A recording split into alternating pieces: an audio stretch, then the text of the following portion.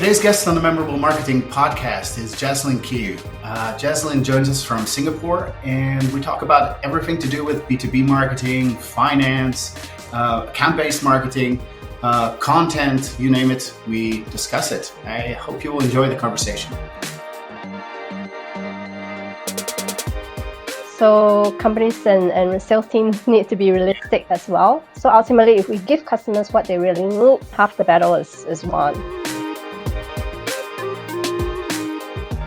Jaslyin, thank you for joining us on the Memorable Marketing podcast. Hi Bart, nice to meet you here. Thanks for inviting me. You're very welcome. I think one of the reasons why we wanted to talk to you is a wealth of experience, both in finance, in B2B, in marketing technology, content marketing, you name it. I think this will be a very interesting conversation, so thanks in advance. How about you do a little introduction about yourself and your background, and take us from there. Sure. Happy to share where possible. So my name is Jaslyin. Currently, I am with Citibank, Singapore. I'm heading up the client marketing as well as their channels and content strategy, looking after existing clients as well as demand generation, leading a team of 8 high-performing marketeers, taking care of the whole Singapore consumer market. And how I actually came to where I am today, I think my background is actually pretty humble. Born and bred in Singapore, my dad was actually an immigrant from Malaysia. And my first foray into marketing comms actually was as a copywriter in a boutique advertising agency where I was their only sole copywriter. And from there, I actually kind of dabbled in both B2B and B2C industries as more of a generalist marketeer before I went on to focus more on brand, content, and most in recent years, digital marketing and mobile or in-app mobile marketing, as well as a bit on MarTech as well as AdTech. Midway in my career. Yeah, sorry, Bart, you wanted to say something. Yeah, no problem. Yeah, please continue. So actually, midway in my career, when I was in Credit Suisse, I kind of went on a little bit of a different career path when I joined them as part of a pioneer team leading change management. Back then, change management was actually still a fairly new concept, and I was leading their digital transformation communication strategy for the front and back office employees. And it was also one of my first more in-depth experience with digital banking back then. That was also one of the key reasons why I decided to join this business side team instead of the marketing side. As if people are aware of Credit Suisse and familiar, their marketing actually back then was still very traditional, client events, print, and press. Yeah, but comparatively, when we talk about B2B, companies like EY and JLL, they are at the other end of the marketing spectrum and focus a lot more on content-based marketing and demand generation. Sure. And I suppose you've, throughout your career, not only through different approaches and brands, seen this, but also just a general shift in the way that marketing is done in general in these types of industries. I suppose being in the financial sector, it's always been quite natural to work with a lot of content, research, market commentary, things of that nature was kind of in the DNA of the industry. But then using that for marketing purposes rather than just using it for clients and for loyalty, I suppose is a rather new development. Yeah, for sure. I think typically B2B companies, I find, are a lot more focused on content-based led marketing strategy as compared to product-led marketing strategy. This is especially in terms of those broad stroke consultancy-based services, like, because EY is obviously a management consultancy, and JLL, they are perceived as more as a property management consultancy. And Kantar, they are more like a consumer research consultancy. So companies like that, they are a lot more focused on content-led marketing strategy as compared to just piecemeal product by product kind of approach. And beyond that, I mean, I learned a lot as well from business leaders at EY. For example, we were quite forward looking. We were already talking about things like fintechs and digital disruption and transformation, even before some of the banks actually knew what was going on and what it actually meant. And that was imagined way back in 2015. So really coming a long way. Yeah, to a degree, why creates that market, right? I mean, they speak it into being as well. It's not just that they recognized. I suppose at EY there was a large focus on systems, on using specific frameworks and things of that nature. Was that similar to other companies you worked with, or was that something that you really sort of honed at EY? I would say it is quite similar.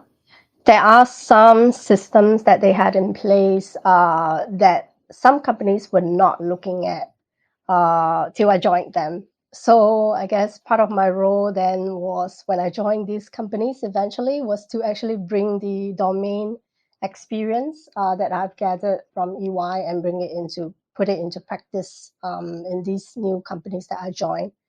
But then there are also certain processes that are still quite old and legacy bound, even with EY within EY itself, and that I actually kind of got to know and learn in the new companies that I joined.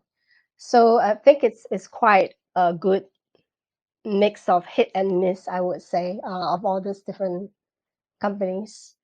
That said, I would have to admit that B2C, or at least the B2C companies that I've encountered, are a lot slower and legacy bound as compared to the other B2B companies that I've experienced. Okay, that is interesting to hear. I would assume that even for the sort of larger B2B companies, quite rigid and bureaucratic. Um, but then again, there's perhaps a somewhat smaller target audience, and it's a in terms of marketing smaller ship to turn around than B2C. Yeah, I think for sure. I think the compliance or the so-called processes that we have to comply with for each company, of course, it's kind of different. For EY, it's more because of the fact that we are also an auditor for a lot of the companies. So of course, there are constraints as to what we can do with these clients whom we are the auditors for versus what we can do with them, let's say, if they are not, and we are more like an advisor, playing the role of a consultant. So it's just different strokes for different folks.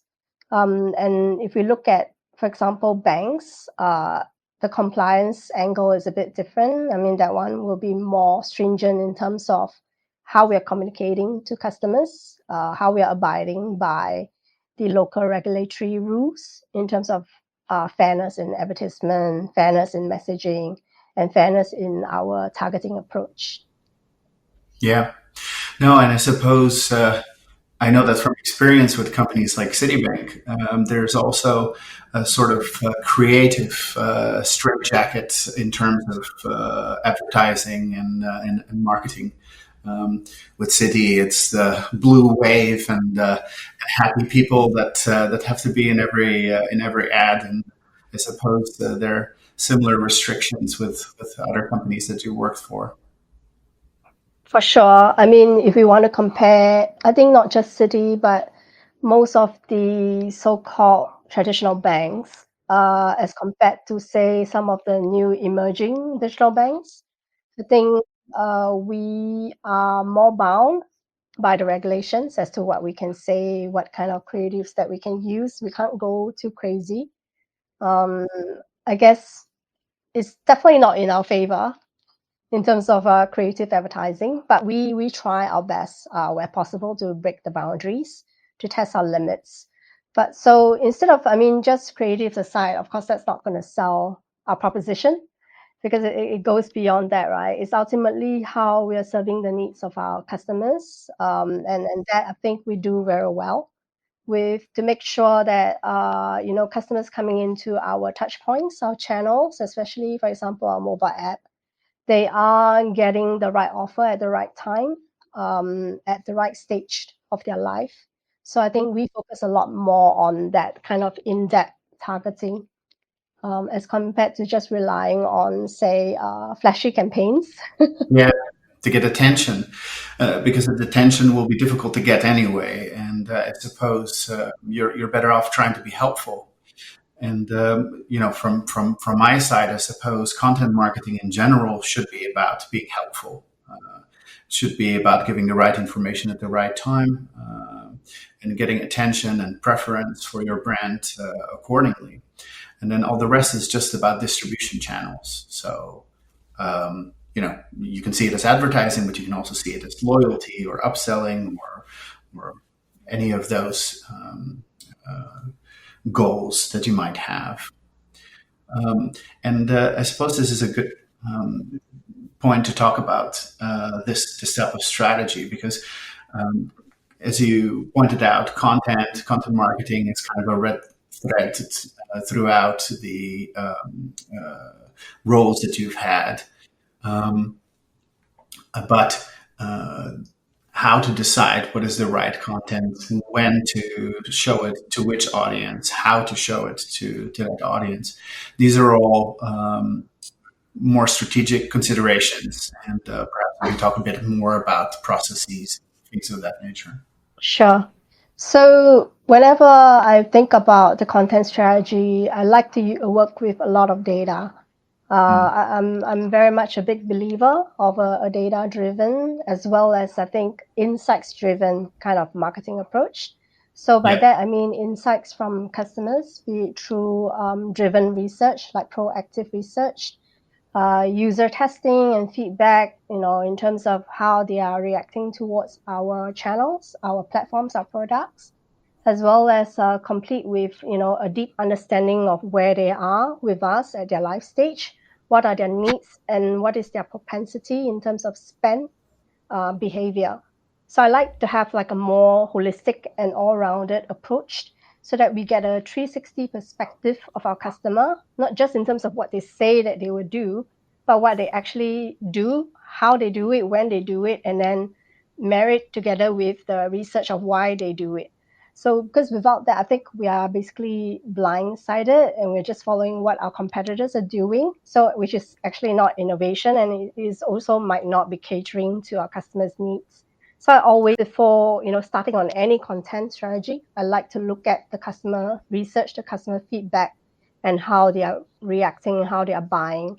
And then from there, also identify a few key problem areas, that gaps and opportunities in terms of how our customers are responding, and then how then the company can come in to address each of the problem areas. And I call them big content teams.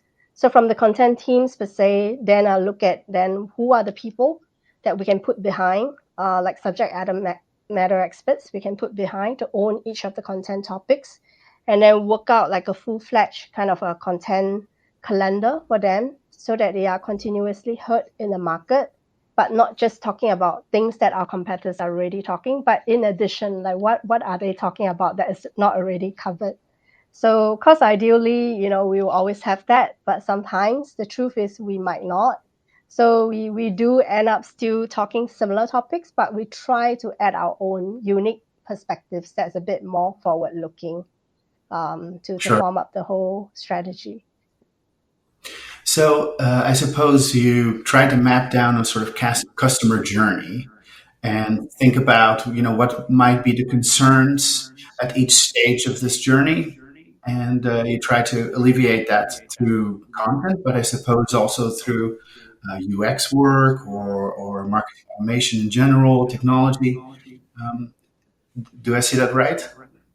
Yes, for sure. Actually, when I first joined OCBC in the customer experience team, again, I was part of the pioneer team, and customer experience was actually still a new concept.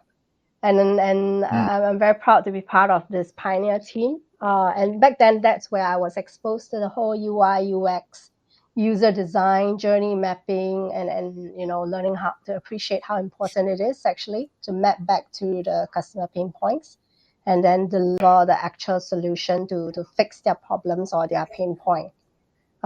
So that works and ties in together eventually with the content strategy approach that I introduced and worked on in EY. So I can see that Right. that's how all my journey and experience kind of align and fall into place as I go along different roles. Yeah, I can imagine. And I suppose setting goals or setting sort of KPIs for your marketing program can follow that sort of customer journey and pain points and so on as well. So more people progress from one step of the journey to another. Should I see it that way? Yes, for sure. So I think there are KPIs definitely important. I like to have measurable outcomes in whatever they've been doing, right? And the team is doing. We use different kinds of matrix to measure different channels and different campaigns.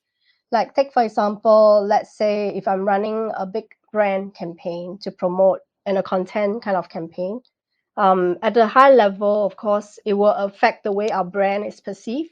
So we look at our brand preference scores at a regional and also a global level. Does that make our customers prefer our brand as compared to our competitors because of the things that we're putting out there?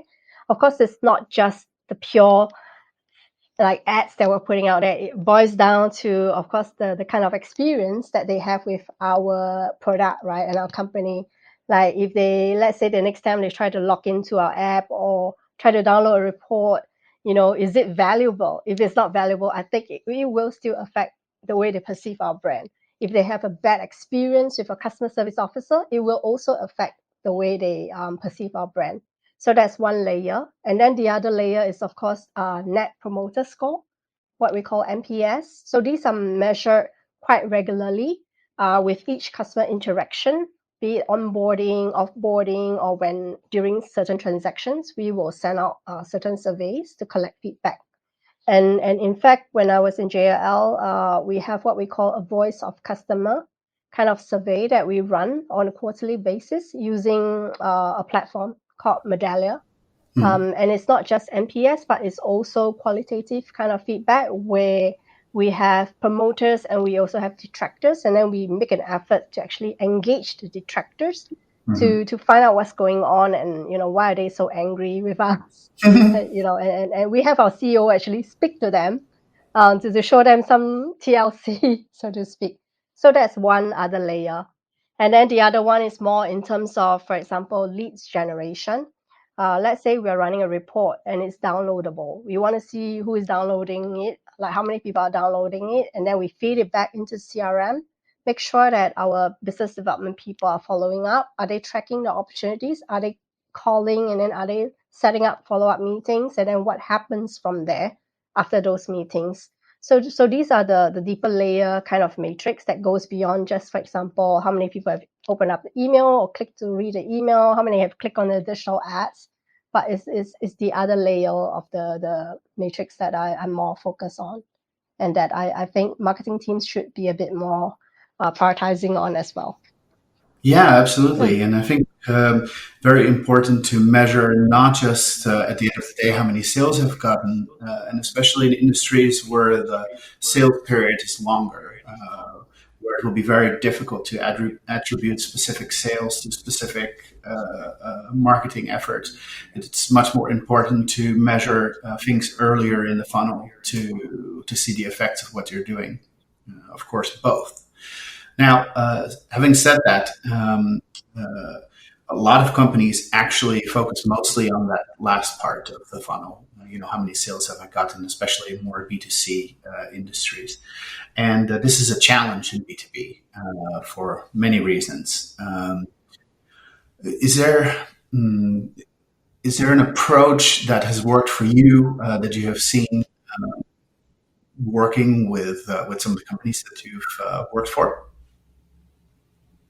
Ultimately, I think it's about managing expectations with the sales team.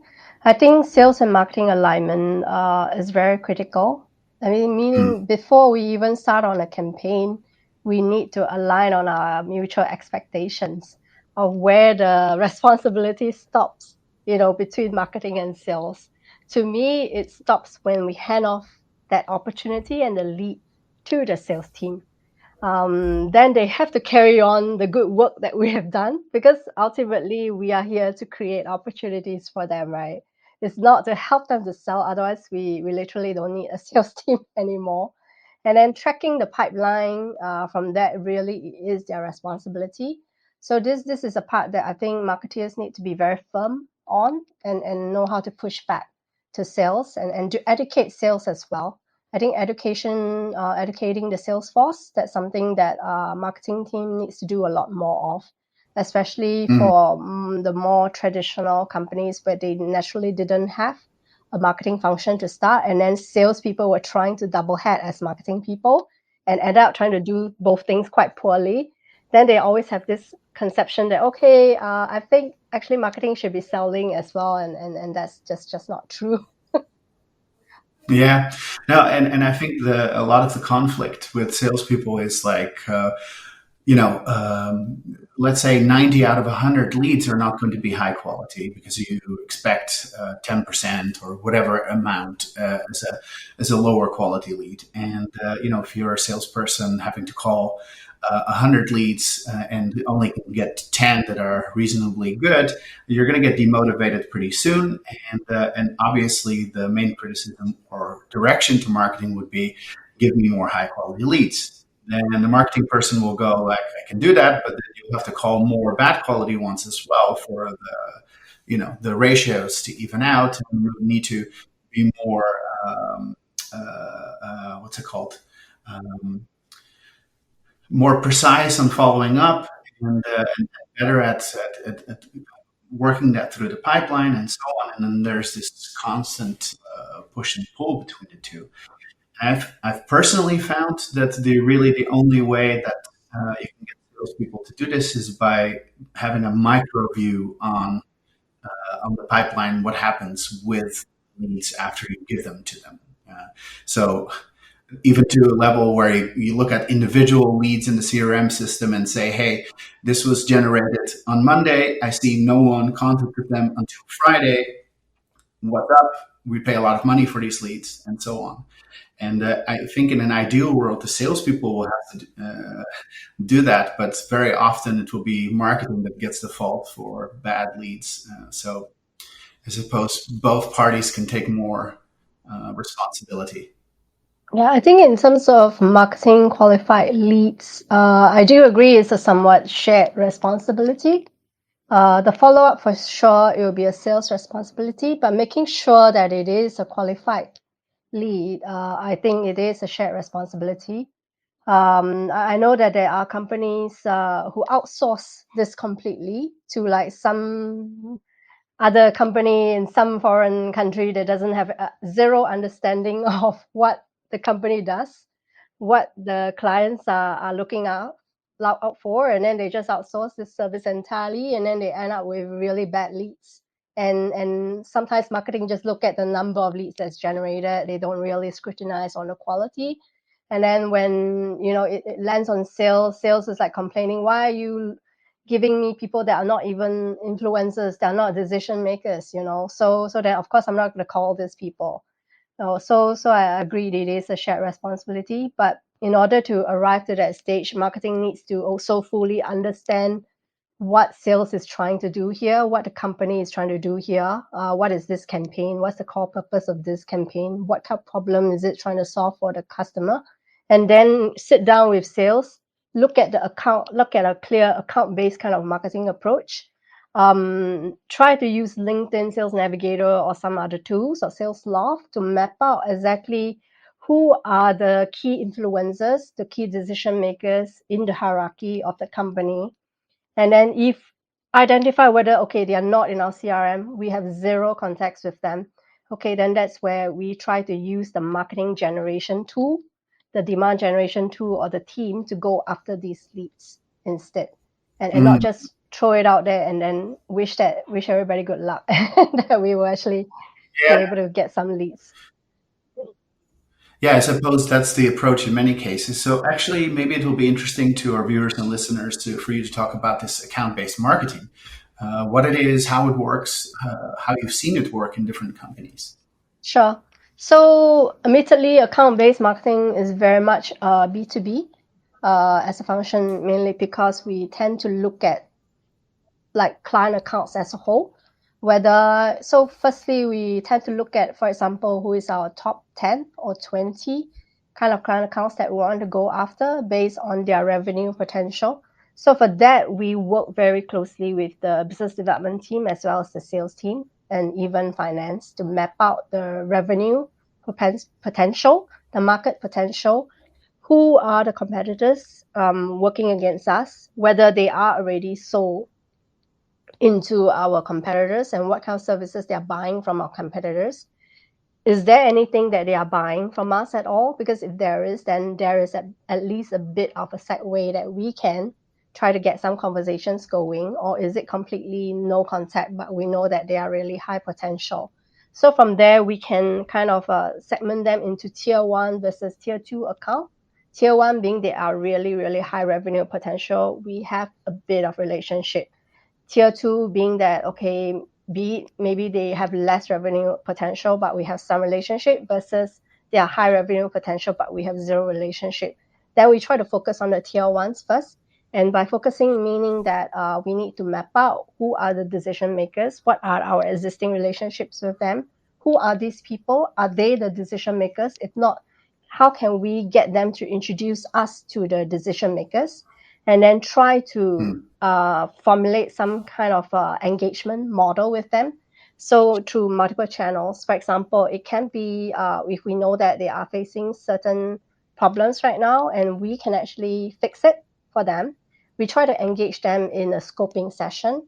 We can then also try to formulate workshops, maybe co-creation kind of workshops to identify solutions together with their teams that they try to pull into the picture. And then from there, with the ideation workshop, we can come up with solutions and we can come up with a proposal on how we'll address these problems for them. That's one channel. And then the other channel is, of course, using content. Based on what we know is troubling them, we need to make sure that we have a viewpoint that can be communicated through regular communications, blog pieces, white papers that we're releasing, and also even bespoke kind of email marketing campaign that's attention to the key decision maker in that company. Speak to them and make it more contextual so that it sounds like we know what they are facing and we are actually talking to their problem. And then usually this nurturing kind of journey takes a bit of time, but usually it will see quite a bit of traction as time goes, because it's more like a courtship, right? It cannot be just once off and then, they get wooed, but it's a continual kind of journey. And then the other channel is looking at inviting them to our client webinars or client events, inviting their influencers as well, and decision makers where possible to join our client events and networking events so that it's a bit more meaningful. So we try to attack from all different channels, and then running at the same time also paid digital campaigns that is targeted at them, and they will always see it whenever they are or wherever they are. Yeah. So ABM sounds like what salespeople wish marketing was. Because it's very targeted to specific leads. It's about targeting specific people and so on. And I suppose this type of approach works in a kind of limited set of circumstances, because it has to be B2B first of all, but secondly, it has to be a limited set of companies that you're targeting, rather than thousands or even hundreds. There is a sort of hybrid for ABM, which is that you use marketing tools. And if you are in that range of hundreds, and perhaps you're not going to do workshops and smoothing with the CEO, but you might target them using digital tools. Maybe you have some experience with that you can talk about. Yeah, so I would call it like a light touch, mid touch to high touch. So high touch would be if you do your tier one, for sure it needs to be high touch because you know that you need to follow this very closely. Then the light touch is where you said, we know that we scope out this segment of customers maybe based on their job profiles. Like for example, if we know chief digital officers of our target client list, they are facing similar issues right now. So that's where the light touch approach is we release a viewpoint or white paper, it gets sent to them, we make sure that it gets cascaded to them as well. And then where we cannot invite them to more intimate roundtables, we make sure that, let's say if we're holding a wider conference, we invite them to join. How do you invite them to join? Do you use LinkedIn? Do you use email? How do you actually distribute this? So it's a combi of direct email, like LinkedIn email, as well as partnering with a third party. For example, let's say if there is a media publication that's very reputable and they are very well read by the C-suite target audience of our choice, then we will pay a little money, we'll partner with them to host an independent kind of event, or even to co-write like a paper, for example, and invite them and leverage on their database to make sure that it reaches the right audience. That makes sense. And this is more of a light touch. Light touch, where we can cast our net a bit wider because we know that these are the kind of target groups that we are looking at in terms of their job roles. Right. And then you're just basically doing good content marketing strategy where you're speaking to the pain points of the specific target audience. So like example is when I was with EY, we partner with IDC, which is quite a reputable research financial services insights company. And because we were trying to broaden our strategy into the rest of ASEAN, and we didn't have very strong connections with those C-suites outside of the chief audit officer because of the way traditionally EY's business is. But we wanted to reach their COO and their CEO. And we know that IDC has connections. They are very reputable and trusted. So we partner with them to run a research based on digital transformation. And then we co-wrote a paper with them, put in our spokespeople, use that to promote our viewpoints. And then from there, we spun off further smaller roundtables in the different ASEAN city and have them invite the C-suites to join us. And that's how we kind of got the context from there. Yeah, this is, and then obviously you invite sales, commercial people to these events to get the contact started. Yes, exactly. And then from there, we formulate like further client programs that's owned by EY. Because once we have their contacts, BD is following up. We make sure that BD is enabled to speak to the C-suites in line with whatever they were promoting in terms of viewpoints. So that's where the business development sales kits, their talking points, their presentation slides come into the picture. And a part of what marketing does is also to make sure that they are enabled with these types of sales toolkits. Yeah, sounds like a very effective propaganda effort. Very, very, very good. No, that's great. So a lot of B2B, and I assume you're touching a bit more on B2C now with Citi. Yes, very, very much so, especially in terms of mobile. Mostly focused on mobile. Has that been a major change in your career, in your thinking? I find that, the key reason why I rejoined a bank and on the consumer side is because of mobile. Like mobile to me was something exciting, something that I was still fairly new to me back then, and I was quite keen to kind of get in-depth knowledge of how the whole mobile targeting and journey building works, and then how we can actually turn it into a sales engine, which is a big responsibility at this point at the moment. But I think it's exciting. I actually did learn a lot of new things currently in the last 2 years. But my previous experience actually has helped to bring some structure to the current team, because the team was actually comprises a hybrid of old and new members. Mobile actually was something new to everybody on the team, and then what I was trying to do 2 years ago was actually also something very new to the entire team. So I started from scratch. I started with as a one-man team, so to speak.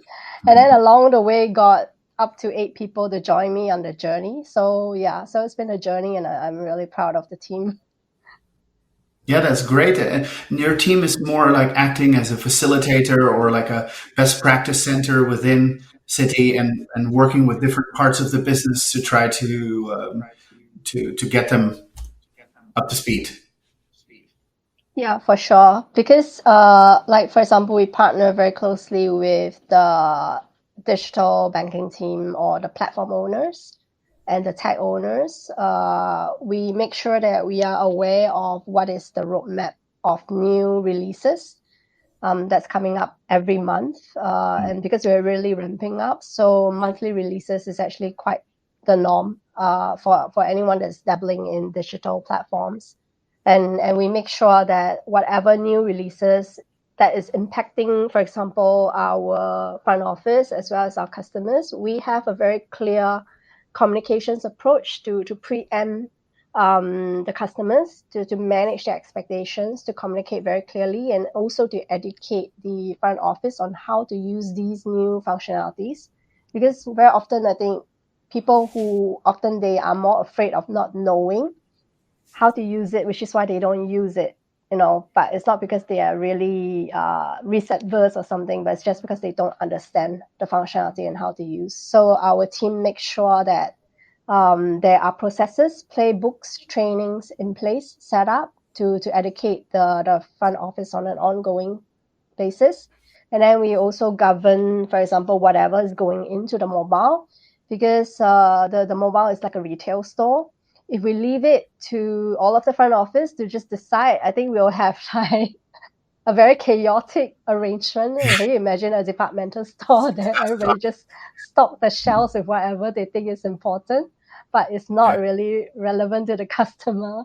So we need to make sure that there's prioritization, there's optimization based on the customers' profile, their demographics, their needs, their spending behavior, and their propensity to buy. So yeah. Sounds like a bit of UX and customer experience work as well. Yeah, for sure. And that the messaging is actually relevant and relatable to them when they log into our app. Yeah, yeah. So I suppose the content marketing is another useful experience there.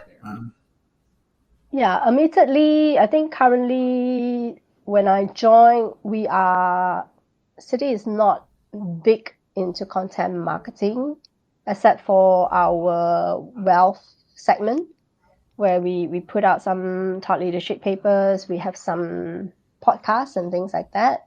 But as a whole, on the consumer side, we're not too focused on content at the moment. It's a small product marketing. But we started kind of like piloting a few content-led kind of approach. Just mid of this year, like for example, we ran Easter campaign where we try to integrate all the different level of CVPs from a product level into one roof, and then turn it around and spin it into like a Easter, what you can do during the Easter long weekend kind of approach, so that it's a bit more relevant to the customer when they read it. Like they know, oh, okay, Easter, what can I do with Citi, right? And not just, oh, please just sign up for a loan, because we say so. Yeah. Yeah, how are you going to pay for your Easter thing? Yeah, you sign up for a loan here. Yeah, that sounds good. And I suppose personal finance is a big thing that a lot of consumer banks are focusing on educating, but also in technology, providing the tools. Yeah, for sure. And also on just general public education on like scams and what to look out for to protect themselves. Something that we kind of Mhm. focus a lot more on from a content perspective and make sure that we have monthly educational series to educate the customers as well as general public on all different touch points. Cool. As a public service, I suppose. A little bit, I think it's Yeah. unavoidable. You've had a very interesting career so far. Actually, interested to see what you will do next. But one question that we usually ask our guests is: are there some other companies, obviously ones that you haven't worked with, that you admire a lot, and maybe there are some things that we can learn from them? Sure. I think it's maybe not more in terms of marketing, but just the company as a whole that intrigues me until today. That's Google. Because, if you think about it, Yeah. Google, the name itself has become like the name, the word that we use when we talk about searching for something. We no longer say, oh, let me go and search. You say, let me Google, right? Let me Google, let me Google that. Mm, It's literally a company that appears to sell itself, or that's how it's come off over the years, where its reputation is also interestingly not dominated by its founders, if you know what I mean, but by the sheer fact that its yeah. core purpose is to organize information, help customers to access this information, democratize the whole information system, and where there is actually few to zero competitors that's equal to them. And I think Mm, because of that, it helps to make our lives easier. And with that, the half the battle is actually won for them. But I do believe from a yeah. marketing perspective, how Google started, it's probably with a very good channel marketing, partner marketing, and distribution strategy. Instead of just shouting to the world how good they are, they show through their partners and channel network how good it is a product, how indispensable. So, which then brings me to the point that, marketing ultimately is to help deliver the proposition and be the voice for companies and products. But marketing will not help to save a bad product. So companies and sales teams need to be realistic as well. So ultimately, if we give customers what they really need, half the battle is won, because customers, they are not simple-minded people like you and me. We're not going to just look at a big flashy out of home ad and decide, hey, I want to get that because it looks so good.